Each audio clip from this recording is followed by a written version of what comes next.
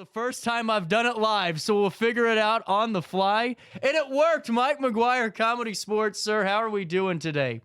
I'm great, CJ. Thanks for having me on. So where are you guys located in Alton? We're right here at the RiverBender building next to Max and Cat Daddy's, right in the heart of downtown at 200 West 3rd Street. Beautiful. And I love Alton. Oh, it's, honestly, I was over in St. Louis doing radio on the dial for a little bit, doing some production work, but just to be back here and talking about the things here and the beautiful sights and sounds, man, is awesome. And then also ComedySportz making a venture over to Roxana. Fill me in on this. Okay, yeah. Saturday night, 7 o'clock, we're going to be at the Church of the Nazarene Theater. It's called the Nazarene Community Theater. It's 400 Central, kind of in the heart of Roxana. It's a 500-seat theater, and tickets are available on my website, CSE St. Louis or ComedySportz. Just Google that, St. Louis, and they'll come up. Or you can buy tickets at the door. They're $12 for kids, $14 for adults. But it's a real fun family type event because it's comedy for everyone. Mm-hmm. So what ComedySportz is, it's a competition between two teams of comics, the blue team and the red team. And it's kind of like, have you seen Whose Line Is It Anyway? Yeah. Okay. So those are the types of games we play. We call it short form improv. So the audience comes up with all the suggestions, and they come up and they decide who wins. So the red team will go or the blue team will go, and then after they each have played a game, then the audience votes. And then we have what are called head-to-head games, like we'll do like guessing games, like we'll have a shopkeeper, like we'll open up a shop in Roxana, and they'll be selling a product that's never been sold before. And this product does something that no other product does, and it's made of something that no product would be made of. So it's like guessing games like that, or we may do a scene in alphabetical order. So it's just a bunch of silliness and fun. We don't do anything dirty. There's no politics. It's just fun. That's really cool. And especially, I was just saying, it seems like when it comes to comedy shows, and just my experience, it's either way too adult themed or, kind of way too, pre, 9-year-old themed, if that makes sense, too kid friendly. Yeah. So to have a mixture of it, Michael, is a really cool thing. And it kind of brings out the best of everybody. Plus, improv is no easy task. Well, you're improvising all the time. Yeah, that's true. That's actually, I've never thought of it that way. Yeah, you're constant. Well, you especially being on the radio, talking to yourself, basically. We're talking to everybody in Alton. Right. But they're not responding. So that's a special talent that very few people have. And if you don't mind me asking, have you been around improv? Has this been a part of your life for a little bit? How did this ComedySportz and routine and these events start happening? Okay. Well, back in like 2005, I was writing essays and reading them in public, and they were humorous essays. So I'd go to like the St. Louis Writers Guild. They'd have open mics and stuff like that. And one day I was at a bar in their name is escaping. But anyway, it's like in the Soulard area, and this guy's like, "You want to learn how to do this without reading. You should be able just to like do it." And he said he had a friend named Bill Cott who was having an improv class. And Bill's an actor. He lives in Los Angeles mostly, but he was offering this class when he was back home. So I took it, and I just loved it because improv, one, it's a super warm, welcoming environment. We accept everybody, and every idea is golden. So anything you say, it's a thing we call yes and. Anything you say, we're going to grab onto it and say yes to it, and then we're going to add on to it. And that's the thing. It's not hard. It's actually easy because we're helping each other. We're setting each other up rather than, it's not a competition. Like, it's not like stand up where you have everything memorized, or you have some ad libs, but mostly it's memorized, or like with sketch, which is generally 100% written out in advance. This is happening in the moment. It's a collaboration between you and me, and we develop what we call a group mind. As you've heard the expression, two minds are better than one. I think it makes like a third mind. And we're like, sometimes I'm just surprised at what is created. And everybody can do it because every single person improvises all the time. It helps you become a better listener. It helps you become more present. It helps you deal with changing situations. It helps you become a better collaborator, of course. And it's a great team building exercise as well, and also great for brainstorming. And so that's the other thing we do. We also do. Oh, sorry. Don't tell me more about the brainstorming. I didn't mean to cut you off there. No, you're good. Well, with brainstorming, what happens is every idea is good. There's no bad idea in improv. Zero bad ideas. Now, ours is within the framework of clean. So we've got it's not a kid's show, of course, but it's sort of like we avoid dirty topics. Like people say, well, where's the line? I'm like, well, if you have any questions about whether or not this might be inappropriate, just don't say it. Because there are a gazillion things. Your mind is limitless with the ideas it can come up with. Well, and I don't know how you feel about this. I was just talking about this about a half hour ago. On average, there's a report saying that 60,000 thoughts go through the average person's mind every day. And to me, that's just amazing. That number just doesn't even add up to me. But then, kind of tying this in, you're right. It's just, the opportunities are endless whenever you're in that space. Yeah, it's amazing. I know that one person was saying like 60 to 80,000. I've heard 6,000. There's a University of Queens study from Canada, and they came up with 6,000 thoughts a day. But regardless, they said super majority, like 80% of them, whether it's 60,000 or whatever the number actually is, are negative and repetitive. Because we all have this thinker in our brain that's telling us stuff, and the thinker is there to protect us, but it also keeps us small, keeps us from taking chances.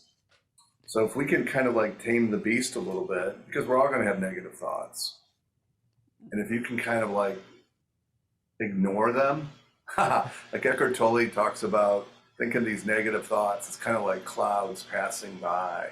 And rather than grabbing onto them, which you can't grab onto a cloud, right? Right. You fall.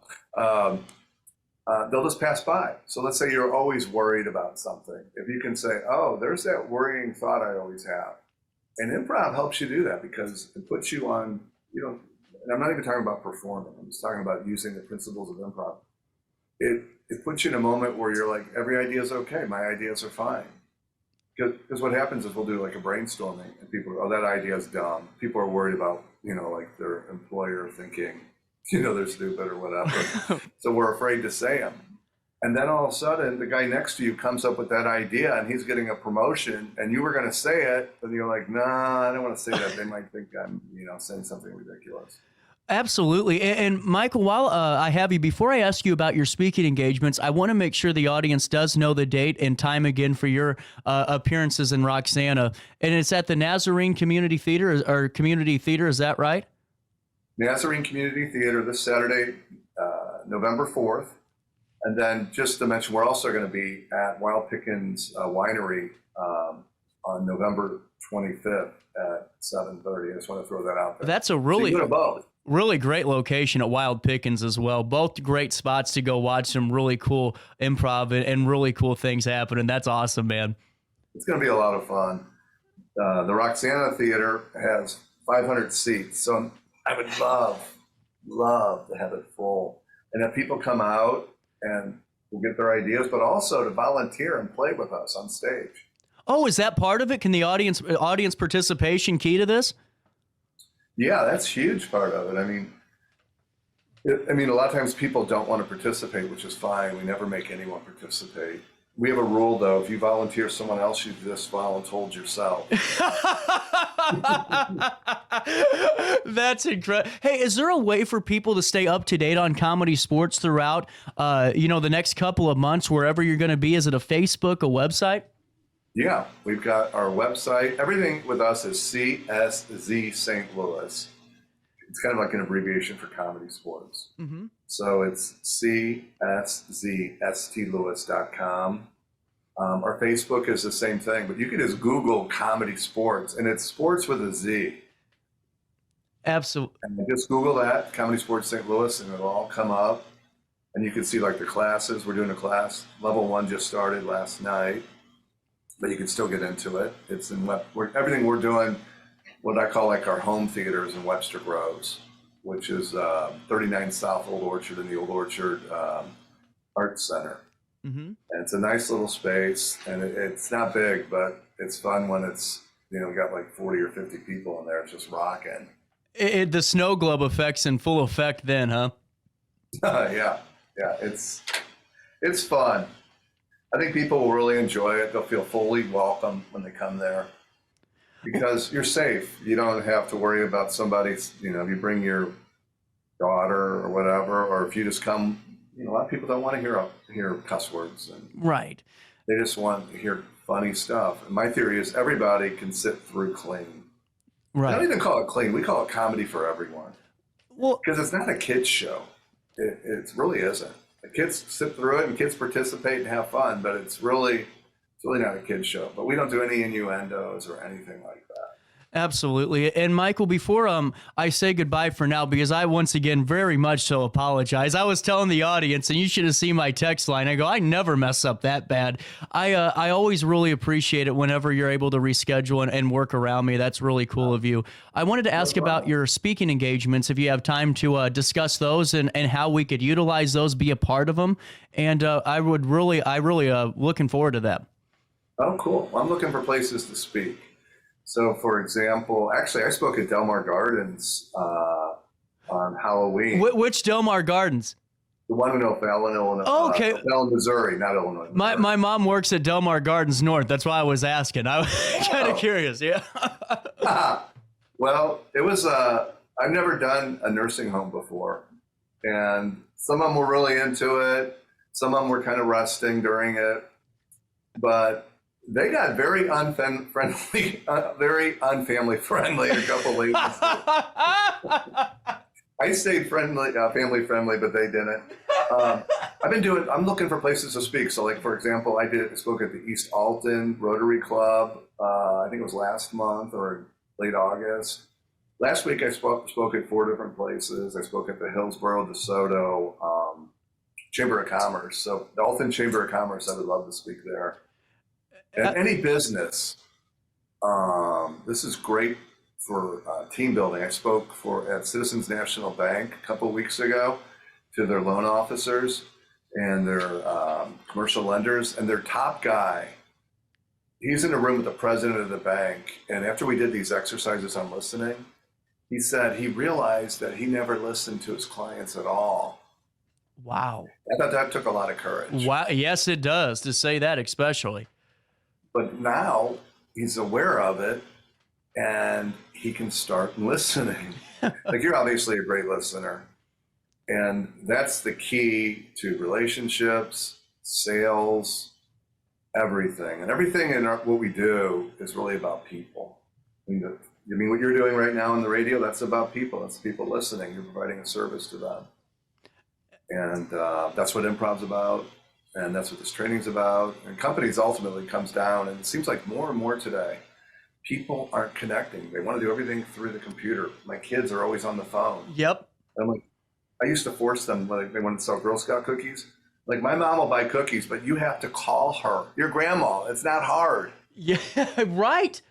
Well, and those are huge, valuable life lessons too that you have to learn if you want to, in order to grow and in order to network and branch out and really find that, pathway forward. You're absolutely right. So, yeah, I would love if people just go to ComedySportz, and there's a form you could fill out, and I'll call you back, or just call me at 314-707-4780, 314-707-4780, or text me, and we can talk and do a meeting and see if it's a good fit for us to come out. Absolutely. And then one last time, Michael, if you don't mind, the event time again in Roxana for all of us to fill up that 500-seater. That would rock. 7 o'clock. Doors open at 6. So come on out. The church theater is going to be selling concessions, popcorn, hot dogs, stuff like that, soda. So it's going to be a fun time. Really cool. Michael McGuire, ComedySportz, thank you so much for your time. I really appreciate it, and I hope to talk again with you soon. Yeah, anytime. I'd love to talk to you. Absolutely. Well, with that being said, we are finally out of time after my faux pas was resolved thanks to Michael's patience. We'll see you back here again tomorrow for more of our daily show full of great guests. So on that note, have a great day, but most importantly, just try your best to stay out of jail.